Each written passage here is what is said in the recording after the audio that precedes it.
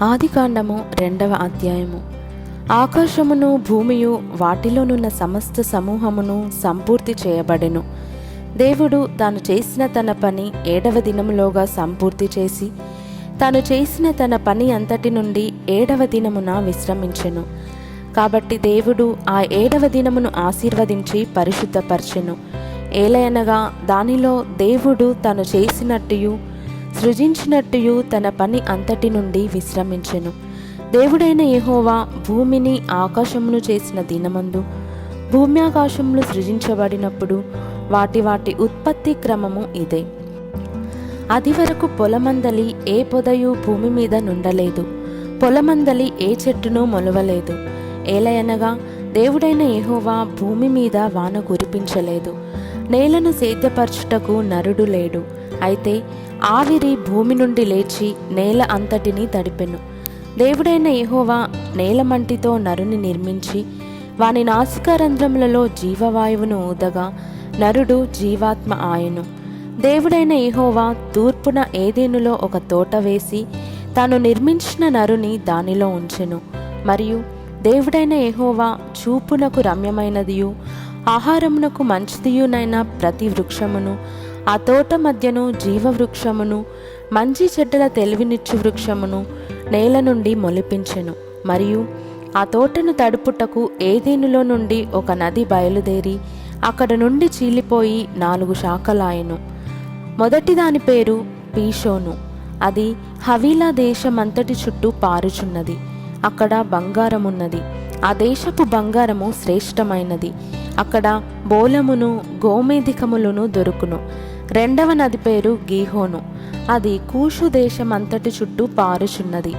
మూడవ నది పేరు హిద్దెకేలు. అది అష్షూరు తూర్పు వైపున పారుచున్నది. 4వ నది యూఫ్రటీసు. మరియు దేవుడైన యెహోవా నరుని తీసుకొని ఏదెను తోటను సేద్యపరచుటకును దాని కాచుటకును దానిలో ఉంచెను.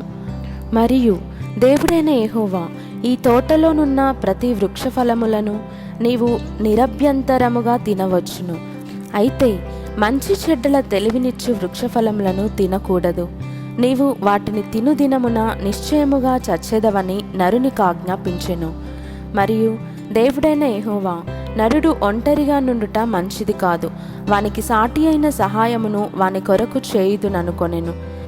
దేవుడైన యెహోవా ప్రతి భూజంతువును ప్రతి ఆకాశ పక్షిని నేల నుండి నిర్మించి ఆదాము వాటికి ఏ పేరు పెట్టునో చూచుటకు అతని యొద్దకు వాటిని రప్పించెను. జీవము గల ప్రతిదానికి ఆదాము ఏ పేరు పెట్టెనో ఆ పేరు దానికి కలిగెను.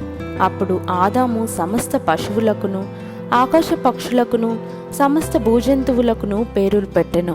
అయినను ఆదామునకు సాటి అయిన సహాయము అతనికి లేకపోయెను. అప్పుడు దేవుడైన యెహోవా ఆదామునకు గాఢ నిద్ర కలుగజేసి అతడు నిద్రించినప్పుడు అతని ప్రక్కటెముకలలో ఒక దానిని తీసుకొని ఆ చోటును మాంసముతో పూడ్చివేసెను. తరువాత దేవుడైన యెహోవా తాను ఆదాము నుండి తీసిన ప్రక్కటెముకను స్త్రీనిగా నిర్మించి ఆమెను ఆదాము నొద్దకు తీసుకొని వచ్చెను. అప్పుడు ఆదాము ఇట్లనెను, నా ఎముకలలో ఒక ఎముక, నా మాంసంలో మాంసము. ఇది నరునిలో నుండి తీయబడెను గనుక నారి అనబడును.